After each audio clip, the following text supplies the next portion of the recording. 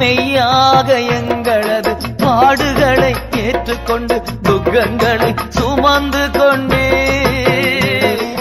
மெய்யாக எங்களது பாடுகளை ஏற்றுக்கொண்டு துக்கங்களை சுமந்து கொண்டே ஐயா துக்கங்களை சுமந்து கொண்டே நீர் நல்லவர் சர்வ வல்லவர் இரக்கத்திற்கு முடிவே இல்லை அன்பிற்கு அளவே இல்லை அவை காலைதோறும் புதிதாயிருக்கும் மனதுருகும் தெய்வமே ஏசையா மனதார துதிப்பேன் ஸ்தோத்தரிப்பேன்